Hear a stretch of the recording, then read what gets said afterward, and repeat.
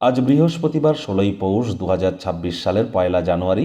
মিথুন রাশি, মিথুন লগ্ন, জেমিনাই সাইনের জাতক জাতিকাদের আজকের দিনটি কিন্তু এক কথায় মধ্যম প্রকৃতির অতিবাহিত হতে চলেছে।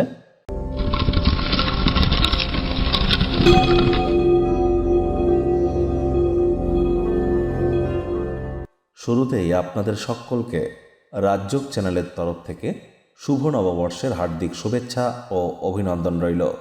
২০২৬ সালকে সংখ্যাতত্ত্ববিদ্যা বা নিউমারোলজি ওয়াইজ যোগ করলে আপনারা পাবেন 1 সিঙ্গেল ডিজিটে আসলে, অর্থাৎ এ বছরটি সূর্যের বছর। সূর্য রাজা আর মঙ্গল কিন্তু মন্ত্রী। তাহলে এবছর আপনারা খুব সূর্যের প্রণাম মন্ত্র জপ করুন। স্ক্রিনে দেখতে পাচ্ছেন ওম জবা কুসুম শঙ্কাশং কাশ্যপ্যং মহাদুতিম ধান্তারিং সর্বপাপঘ্নং প্রণত অস্মি দিবাকারাম। প্রত্যেক দিন সকালবেলা যারা সূর্য ওঠার আগে ঘুম থেকে উঠতে পারবেন, সানরাইজকে চোখের সামনে দেখতে পারবেন, সূর্যের আলো গায়ে লাগিয়ে এই মন্ত্রটি 7 বার জপ করে দিন শুরু করতে পারবেন। পিতার সাথে, পিতা যদি বেঁচে থাকেন তাহলে পিতা অথবা পিতৃতুল্য ব্যক্তিবর্গদের যদি সেবা করতে পারেন, ঊর্ধ্বস্তন কর্তৃপক্ষ যারা নেতা মন্ত্রী বা যারা বিশেষ করে কোনো আপনার অফিসের বস, আপনার স্কুলের হেডমাস্টার, টিচার্স, প্রিন্সিপাল বা আপনার কলেজের প্রিন্সিপাল অথবা চেয়ারম্যান বা পঞ্চায়েত প্রধান, যারা উচ্চ পদস্থ আধিকারিক, তাদের সাথে সদ্ভাব বজায় রাখুন। এদের বিরুদ্ধে কোনো কথা বললে কিন্তু এ বছরটি আপনার মাটি হতে পারে। খুব সূর্যের আলো আপনাদেরকে সকালে সূর্যের আলো গায়ে লাগাতে হবে, পিতার সেবা করতে হবে, তাহলে বছরটি দুর্দান্ত কাটবে।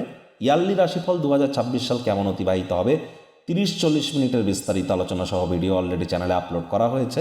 সময় সুযোগ বুঝে দেখে বা শুনে নিতে ভুলবেন না। ভাগ্য মিটার আজ আপনাদের বলছে 7 আউট অফ 10 ভাগ্য আপনাদের অনুকূলেই থাকবে।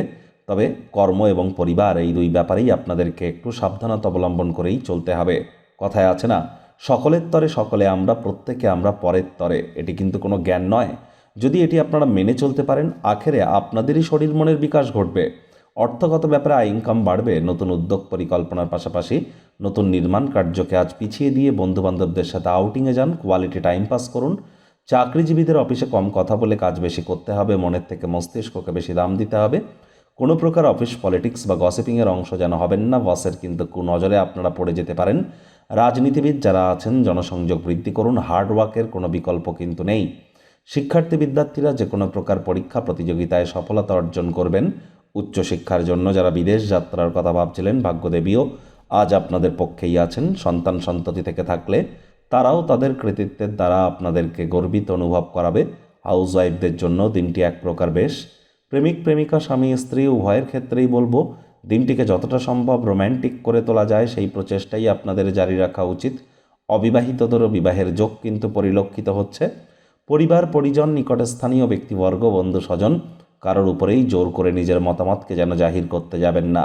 ছোটোখাটো ব্যাপারে অন্যের বিষয়ে ভুল ত্রুটি ধরার স্বভাব থাকলে ত্যাগ করুন, তা না হলে সম্পর্কের অবনতি কিন্তু হতেই পারে।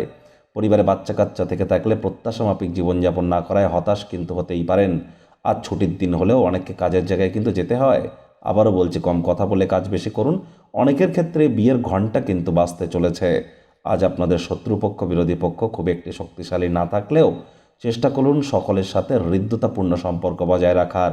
অবসরকালীন সময়ে মন্দির, মসজিদ, গুরুদ্বারা ভ্রমণ করুন।